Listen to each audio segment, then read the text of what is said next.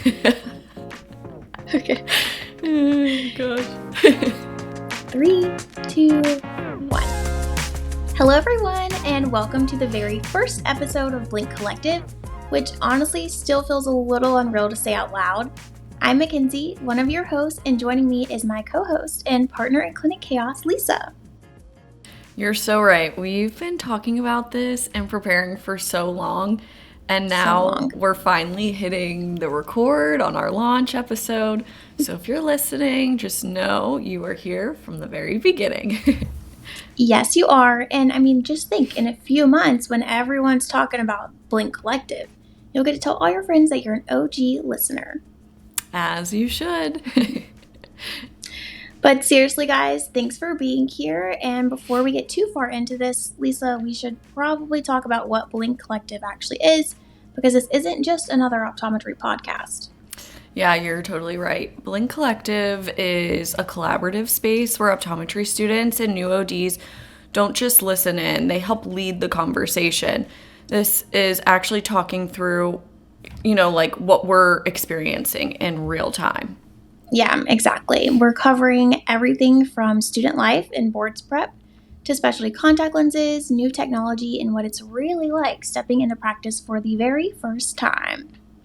Because there are so many conversations that matter early in your career, and honestly, a lot of them don't always get talked about openly.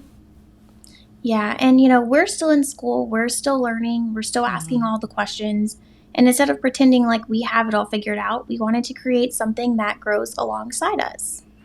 Yeah, and I really love that. Think of this as like the conversation you have with your classmates after clinic. The wins, the stress, the confusion, the wait, is this normal moment? Just with microphones on. Yeah, so whether you're studying for boards, figuring out which lane of optometry you want to be in, or just trying to survive clinic, Blink Collective is here to make those early years feel a little less isolating. Yeah, and this podcast definitely isn't about perfection. It's about connection. It's about sharing experiences, opening conversations, and reminding each other that we are definitely not alone in this.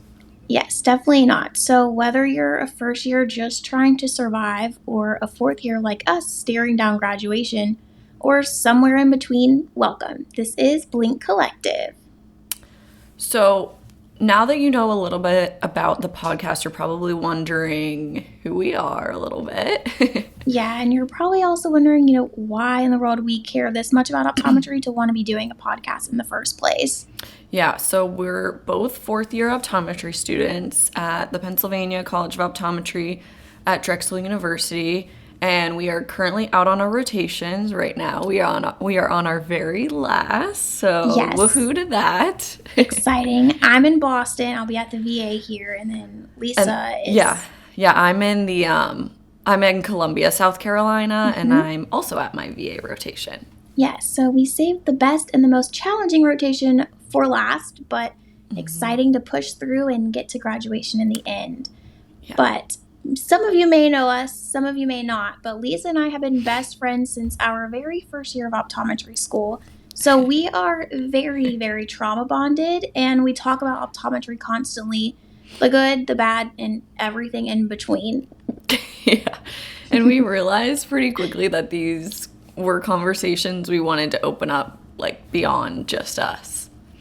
Yeah, because, once we started talking to classmates, residents, other optometrists, we noticed everyone had their own version of the same kind of story. And let's be honest, whenever you meet someone new in optometry, the first question is always, why optometry? Exactly. So, MacKenzie, why optometry for you?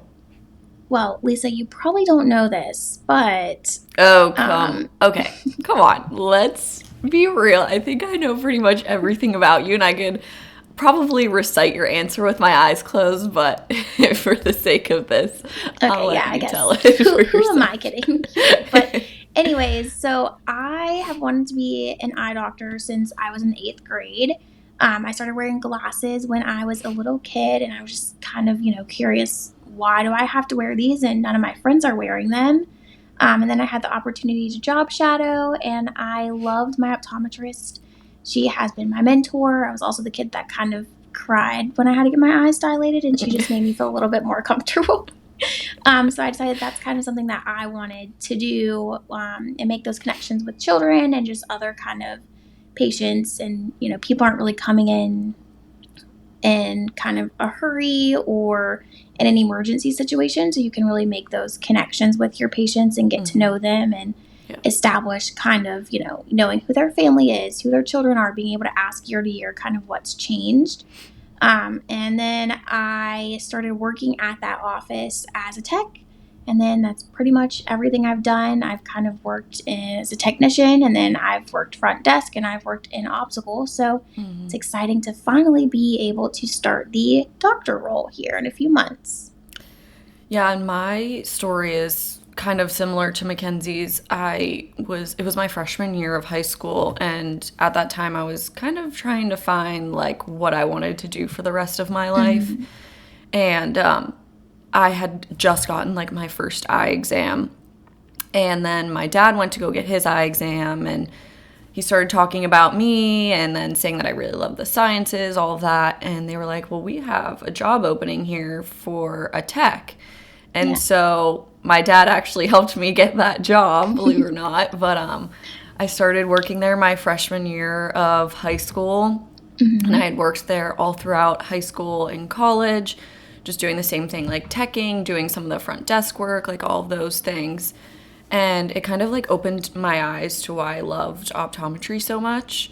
Especially my grandmother has wet macular degeneration. So I always wanted to be a part of her care. And actually my other grandma just got diagnosed with dry AMD. So I'm excited to be out in the field soon. So hopefully I can give my grandmother some care. And I'm just really excited. And that's kind of what got me excited about optometry. And I love teching, and I just loved like making patient relationships and everything, same as kind of what you said, MacKenzie. So I'm excited for us to be graduating in literally 3 months. It's exciting.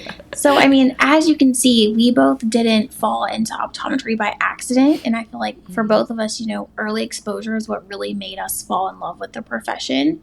Yeah, and it's not like that for everyone. So I'm excited to hear from our future guests about kind of what drew them to this crazy world of optometry. Yeah, me too.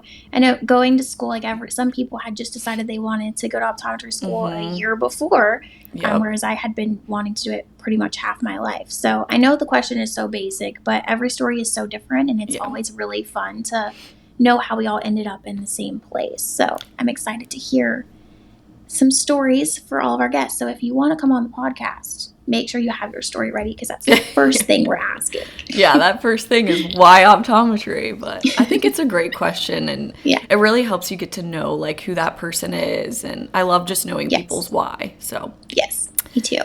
And so now that you kind of know a little bit about us, let's kind of zoom out a little. We've talked about Blink Collective and what it is kind of on the surface. But what really matters is why we're doing this kind of in the first place. Yes. So, because if you're a student or a new optometrist listening right now, there's a really good chance you've had at least one moment where you thought, is anyone else feeling this, or is it just me? So it's not just you, I promise.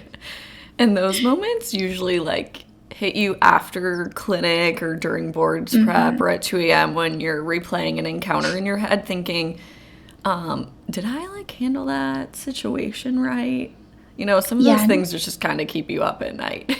Yes, they do. Nothing is worse than rolling over and just thinking, actually, maybe I should have given them this medication instead. Yeah. But, it happens, and that's what Blink Collective exists for, those moments exactly. So just the kind of in-between moments, the unfiltered ones, the stuff that doesn't always make it into lectures or CE talks or Instagram highlight reels.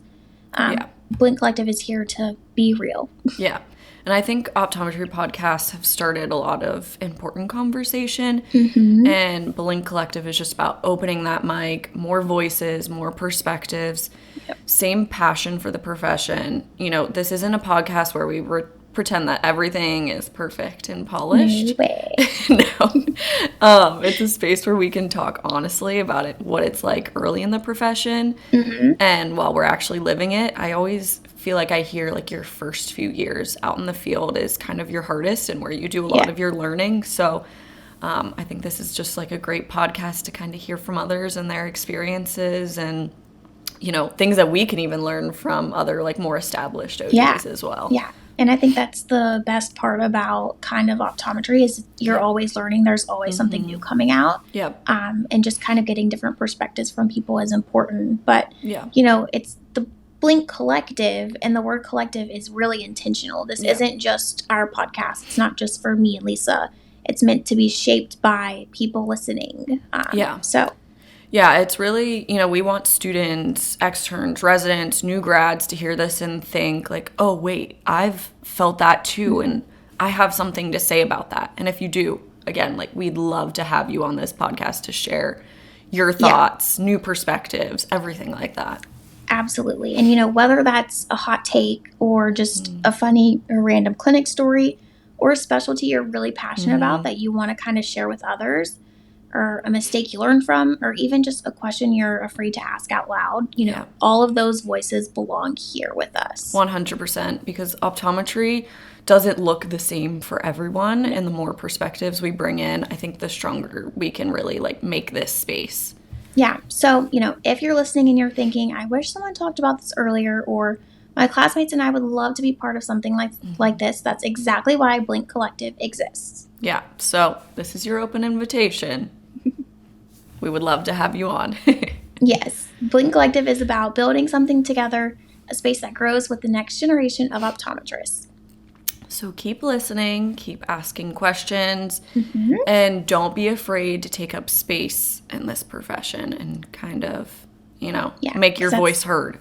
Yes, because that's important. That's how we keep, you know, gaining new perspectives and being able to gain a new task that we're able to do and expand our scope as optometrists. Yeah. And, you know, this podcast isn't one that you're just going to listen to. It's one that you're invited to and that we want you to really join us in creating this giant community to share and kind of lean on each other. Yeah.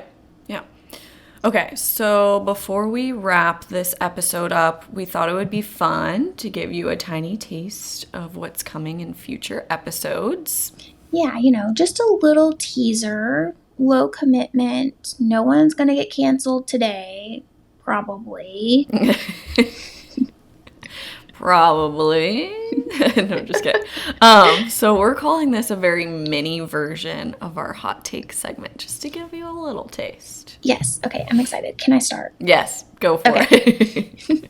So my hot take is that optometry school should include a really nice pair of sunglasses with the tuition because let's be real, like especially during second year, we're dilating almost every single day.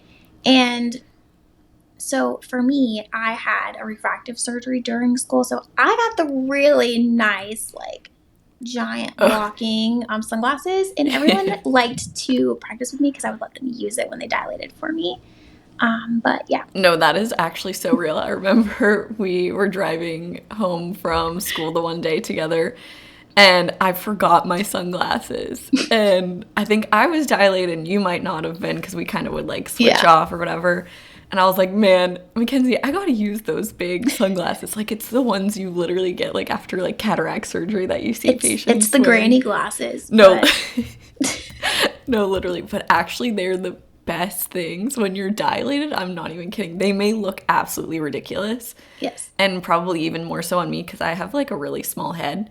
And glasses always look, like, so big on me. But I'm telling you, those things like work wonders, especially because you can fit them over top of your glasses. Yes, you can. So it's, you know, they're great. And so they should be provided, but maybe make them, you know, a little cuter, possibly. Maybe a little bedazzle on them or color options, something. Yeah. But all of us need that. And I'm paying a lot of money to go here, and I think that should be provided for us. Honestly, that would be such a game changer if they actually included that in your tuition. Like, whenever you get into that semester where you're dilating all the time, they're just like, here you go, here's a pair of like dilation glasses. Yes, like they give you the kit with the tropicamide and the phenol and the proparacaine to use for practice, but they should also be giving us sunglasses. No, literally, because it's we've all been there, and if you're not there yet, you will get there and you will understand, and then you'll come back to this episode and think, yeah, they were right. We should be getting some sunglasses. I just don't miss that time whenever we were getting dilated, like literally every single day. Every day. And if you're from PCO, I don't know about other schools, but like that,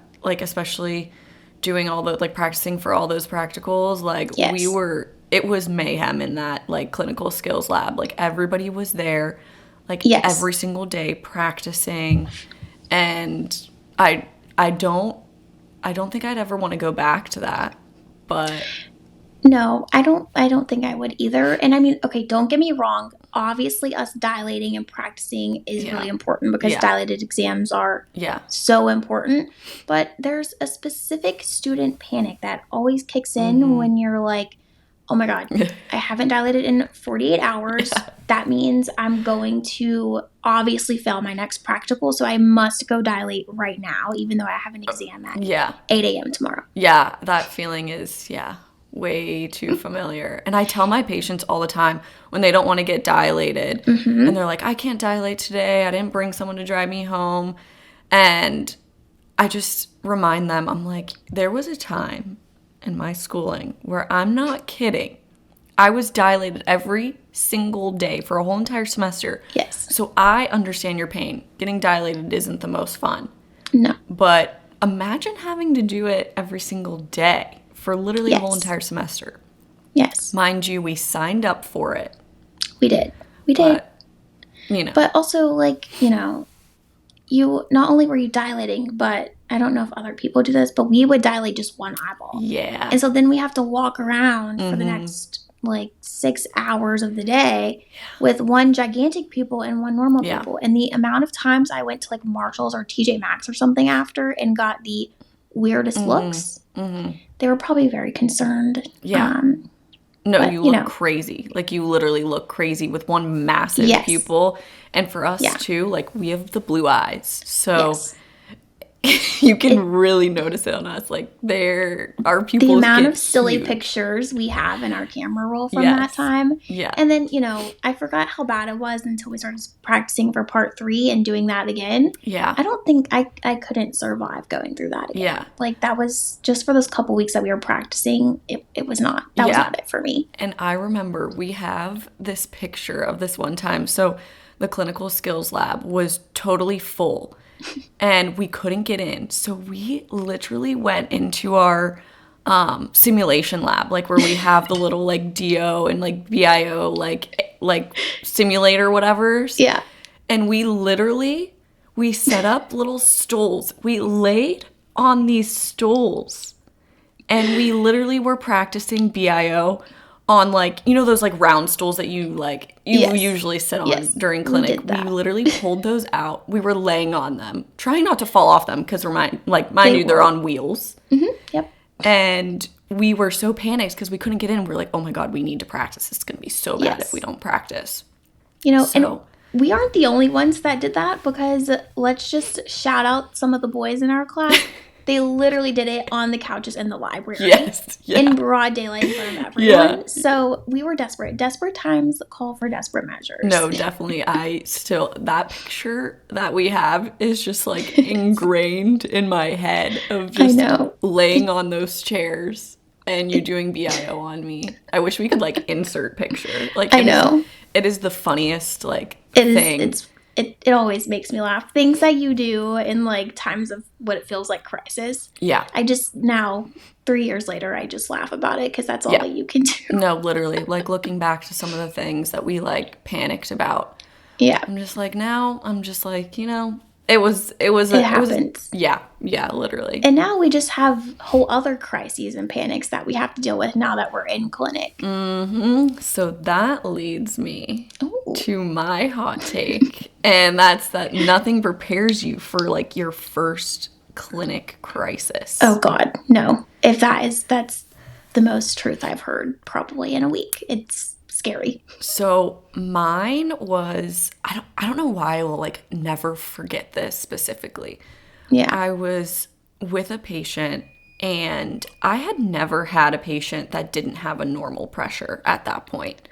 And I was in the room and I was taking the pressures, and you know that like scare when you like keep going up on the Goldman and you're like, Yes. something seems a little bit off You just here. keep spinning and spinning. Yeah, and it's scary. And so I sat back, I looked at the number. It was like 42 or 43.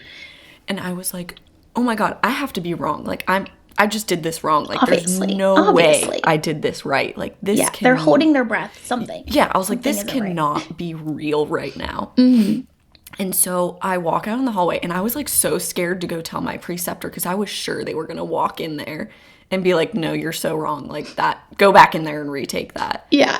And so I was in the hallway, and I walked out of the room, and I had like a friend standing in the hallway, and she goes, why is your face like that? And I was like, so I feel like I'm wrong, but I had a patient with a pressure, and it was like 42, 43. Yeah. And I was like, there's no way that could possibly be right. And she goes, it probably is. You're just freaking yourself out. And I'm like, I don't know. And she goes, let me go take it.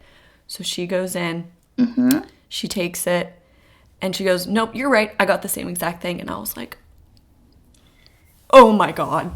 And then I had to go tell my preceptor, and I was so nervous. It's just the moment, like, you see that and you're like, your stomach just kind of sinks. And you're like, this has never happened before. Like, what do I do? Like, how do I, one, like, handle this? I have to pull everything out from my brain to figure out, what did I learn to do in this situation? But two, like, having to go in there and tell the patient, like, obviously this isn't good. So I feel like that's something that I'm still a little bit nervous about. Like, what happens when I first see my first melanoma and I have to go in, like, I don't know. I know. Those situations like, still make my heart race a little bit. Oh, no, same. Like, even to this day, like, when I get a super high pressure, like, I saw some one-day post-ops, and, like, I mean, their pressure wasn't anything like the 40s, but I had close to, like, 30. And I don't know, that even just, like, I'm like, oh, my God, like, pressure that high, which, happens after cataract surgery, especially, like, one-day post-op, but... It's fine. Yeah. We're still baby doctors, so, like, we're still getting used to the not normal stuff. As are all of you listeners, too. So, it's fine. One day, probably a couple years from now, we'll see them like, oh, no problem. We're sending you here to get this done, like, whatever. And we'll go to bed at night and not even think about it again. Yeah. And I still have not had my first retinal detachment yet. So I'm just, like, waiting for that day to come. And I feel like it's going to come at the VA. I don't know. Yes. I'm a little nervous for the VA because I think we're going to see a lot of things that we haven't seen yet. Yeah. But my last rotation, I saw a lot of disease and a lot of things that I hadn't seen, or honestly that I didn't kind of expect to see. Yeah. Which is really cool, which is another hot take for a whole other episode. We can come back to that. But, I know. It's fine. I don't know how I haven't seen my first retinal detachment yet, but I just saw my first one last month. It's like, I don't know. Everywhere I go, they're like, oh, we saw this many retinal detachments. And then I get there and I don't know. I guess the retinal detachments are scared of me because they don't come in. Yeah, I know. I want to see one so bad. I obviously don't want that for the patient. No. But I've like, I don't know how. Yeah, maybe they're scared of me too, and they just, I don't know. But I've literally not seen one yet, and I'm just waiting for it. But I agree. I think we're going to see a lot of things at the VA. Yes. I think it's going to be really great learning. So I'm nervous. Yeah. Me too. But excited. It's fun. That's why we're here. That's why we're still learning. Yeah. And we'll be sure to keep all of you up to date with what we do see and, how we handle it and what we learn. And we hope that, other fourth years on rotations or, just second or third years in clinic also come on and share their experience because that's how we kind of learn best. But, all these conversations we're going to keep having, all funny stuff, the real stuff, and then the things we all think but don't always say out loud. Yeah. So if you liked that and related, don't worry. We're just getting started. Yeah. And those were like mild ones. We have some really good hot takes in our mind that we are so excited to, dissect We're and queuing talk some about. up. We are. We have them. Just wait. You just wait. Yeah. Yeah. But, also, before we talk about what's coming next, we do want to take a second to acknowledge the support behind Blink Collective, Yeah. the ones who made this happen, because we did not do this on our own. Yeah, exactly. Blink Collective is supported by Valley Contax. And what really stood out to us is how invested they are in education and in supporting students and new ODs, especially early on in our careers, I think is super important. Yeah, and if you've never heard of Valley Contax before, Contax hence the name, but they're really involved in advancing specialty contact lenses, but more importantly, they actually really care about creating space for learning and conversation and growth from students and new ODs, which aligns with what kind of we have talked about for a couple of years of wanting to start a podcast and what with them we're trying to build here with Blink Collective. Yeah, and we're really grateful for their support and for believing in a platform where students' voices are kind of front and center and we're able to share the things that we kind of feel like are important to get out there and have other people hear. Yeah, for sure. And, you also kind of are wondering maybe how we stepped into this role or how we got connected with them. Yeah. And I think our story kind of really brings to front why going to academy or AOA or like optometry conferences is so important. Because, you're not just learning new things, going to CE classes, but you're making those connections with people. And, that's how we got connected with Valley Contax. Lisa, do you want to share a little bit of the story? Yeah, so we were actually at Boston Academy, and we were in like the exhibit hall. We're kind of just walking around, and we went over to the Valley Contax booth because, they have all those little booths. We saw some cute socks. Other people walking around Well, with them. yeah, So we went did for socks. really want those socks. And we did get a pair. We do have a pair. So that's exciting. I should put them on. I know. I should have had mine on today, too. We could have showed you guys our cute little socks. Yeah. It's like the quirky things in optometry. Like, why do socks get us so excited? And like socks, and then not to sidetrack us, but the other thing that we really wanted from the exhibit hall was the Demodex plushie toy. I love that thing. I'm going to put that in my office someday. Yes, like that thing will be. I take it with me everywhere I have moved for my rotations. You better believe it's in my bag. I'm not leaving it behind. Yeah. Anyways, kind of going back to our story of how we kind of got into this. Yes. So again, we were at Boston Academy. We were just walking around. We went to Valley Contax booth, and they were having like a little. What was it, like a little Q&A like podcast thing set up? Yeah, it was like a little video where you chose a card and it had like, tell someone something. Yes. And so I did it because I love being in front of the screen, if you can't tell. Yeah, and I was a little nervous. I was like, I don't know that I can do this. Like, I don't want to sit here, like, everybody would be watching me. And, like, I don't know. I was nervous to do it. And then somehow we got onto the topic of, like, talking about the podcast. Because MacKenzie had mentioned to me, she's like, we should do an optometry podcast. It was, like, a weird, like, crazy. Like, I talked like, about everything this. just fell into place. It did. I had, like, texted Lisa about an optometry podcast, like, literally back in May in the summertime. And this was October. Yeah. So when they had mentioned wanting to kind of rebrand or start a new podcast, focus on more students, which is what I was thinking of and like kind of talking to Lisa about the whole time. Exactly. It just kind of felt like it was meant to be. Mm-hmm. Yeah, and when we were at that little booth and we started talking about that, and they were mentioning that they wanted to start like a new podcast with like students kind of at the forefront, like new ODs, we were like, that's interesting. Yes. And it kind of just snowballed into what we're doing now. And it's just really crazy how it all like things fell into happen. place. Yeah, because we thought this was just like a not like a stupid idea. I thought it was a really good idea, but Yeah.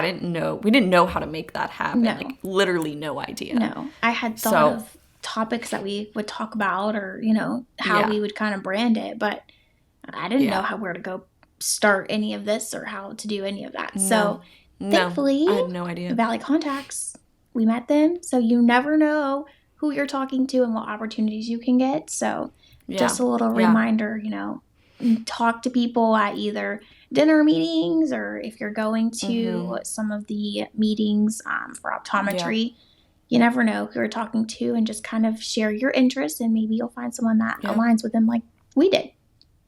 Yeah, I think really moral of the story is, like, for all the students out there, it's so great to go to things like Academy and things like that, where you get to connect with other people, and you never know what opportunities will come about when you go to those types of things. I think that's super important. Yes.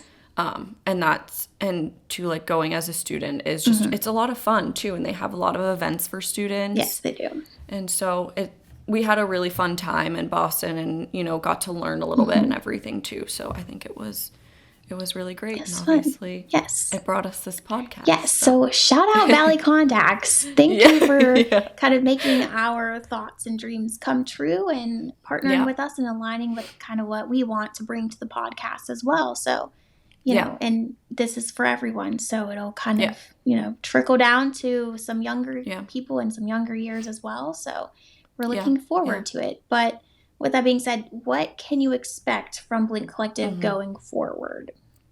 Yeah. So we'll be talking about student life, boards, clinic experiences, and kind of like the early realities of practice, the stuff that you're kind of actually dealing with day to day. Yeah, and we'll also dive into things like specialty contact lenses, dry eye, myopia management, new technology and what's coming out, and how optometry is evolving, especially from a student and a new grad perspective. And, those are just some of the specialties that we like, but there's a billion out there. So we also want to continue to learn from you guys too about what kind of interests you as well. Yeah, exactly. And well, obviously we kind of mentioned this before, but we'll be bringing on guests, so students, residents, other ODs, new ODs, to kind of share their experiences, their hot takes, and kind of the lessons that they wish that they had learned sooner. And, maybe it'll give us some insight as well. Yeah, we really just want this to be super interactive. So if there is a topic you want us to cover, a question you're afraid to ask, or a story you think needs to be shared, this is your sign to reach out to us. Yeah, because Blink Collective isn't just about like listening, kind of like we've said. It's about being part of the conversation. We really want to invite people into this space and make it a comfortable place to kind of share thoughts and perspectives and everything, like our hot takes and everything. We would love to hear from other people. We want to hear what your hot takes are. And we promise no one's going to get in trouble for what they think. That's what the whole purpose is. So spicy hot takes, or maybe some that are a little more boring, that's okay. We want all of it. But, just be sure to reach out to us by email, or you can find us on social media. We're on Instagram and TikTok, and that's where we'll kind of be sharing updates, behind the scene moments, and then clips from episodes. And that's where you can reach out to ask to be a part of the episode, or even if there's just a topic you want us to cover, let us know. Yeah, I mean, we would love to hear about any topics anybody would love for us to cover. I especially think, it's really great that we will be able to learn more from this too. Being in optometry, you're kind of a lifelong learner. So, being able to dive into more like different, aspects of optometry that, we normally wouldn't is, a really great benefit to having this podcast. So follow the podcast so you don't miss new episodes. We're going to be dropping them monthly. Yes. And please connect with us online. So if you want to be a part of shaping what Blink Collective becomes, please reach out to us. And we'd love to have you on, love to share your ideas. Again, we just want this to be like a really collaborative space. Yeah, so because like we said before, this isn't just our podcast. It's supposed to be a community. And the more voices we have involved, the better the conversations get. Yeah, 100%. So this is just the beginning, and we're so excited that you're here with us at the start, and we're so excited to be opening this conversation up. So make sure you stick around, share this with a friend, and get ready, because things are only going to get more real from here. Yeah. And you definitely don't have to have it all figured out, because we certainly do not. No. Yeah. You just have to keep showing up and keep, inserting yourself into the conversation. Yeah. But again, thanks for being here, and we'll see you next time on Blink Collective.